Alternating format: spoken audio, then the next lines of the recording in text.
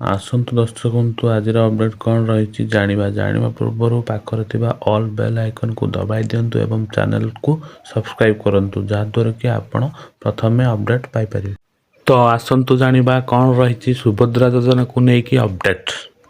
Bank ଆକାଉଣ୍ଟରେ ଜମା ହେବ ସୁଭଦ୍ରା ଟଙ୍କା। ଏକାଥରକେ 2ଟି କିସ୍ତି ଟଙ୍କା ପଠାଇବେ ରାଜ୍ୟ ସରକାର। 22 ତାରିଖରେ ମିଳିବ ସୁଭଦ୍ରା ଟଙ୍କା।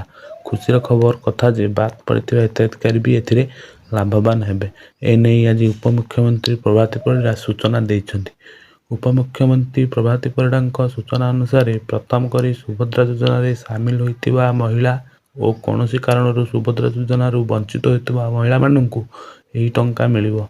ରାଜ୍ୟରେ ବିକାଶ ପାଇଁ ସରକାରଙ୍କ ଦ୍ୱାରା ଲାଗୁ ହୋଇଥିବା ବିକାଶମୁଖୀ ଯୋଜନା ମଧ୍ୟରୁ ସୁଭଦ୍ରା ଯୋଜନା ଗୋଟିଏ। ଏହି ଯୋଜନାରେ ପ୍ରତିବର୍ଷ 10,000 ଲେଖାଏଁ ସହାୟତା ଦେବାକୁ ମୁଖ୍ୟମନ୍ତ୍ରୀ ପ୍ରତିଶ୍ରୁତି ଦେଇ ଆସୁଛନ୍ତି। ବର୍ତ୍ତମାନ ସୁଦ୍ଧା 3ଟି କିସ୍ତି ପ୍ରଦାନ କରିଛନ୍ତି ରାଜ୍ୟ ସରକାର। କିନ୍ତୁ କୌଣସି ନା କୌଣସି କାରଣ ପାଇଁ ପ୍ରତି କିସ୍ତିରେ କିଛି ମହିଳା ବଞ୍ଚିତ ହେଉଛନ୍ତି।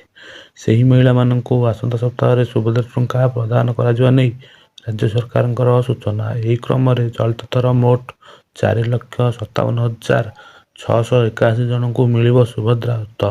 ଏହି ତାଲିକାରେ ପ୍ରଥମ କରି ସୁଭଦ୍ରାରେ ସାମିଲ ହୋଇଥିବା 1,78,000 ହିତାଧିକାରୀ ଓ ଆବେଦନକାରୀ ବଞ୍ଚିତ ହୋଇଥିବା ପ୍ରାୟ 2,80,000 ହିତାଧିକାରୀ ସାମିଲ ଅଛନ୍ତି। ତୃତୀୟ କିସ୍ତି ପାଇଥିଲେ ବି ଟେକ୍ନିକାଲ ସମସ୍ୟା ପାଇଁ ପ୍ରଥମ ଓ ଦ୍ୱିତୀୟ କିସ୍ତିରୁ ବାଦ୍ ପଡ଼ିଥିବା 2,55,265 ଜଣଙ୍କୁ ସାମିଲ କରାଯାଇଛି।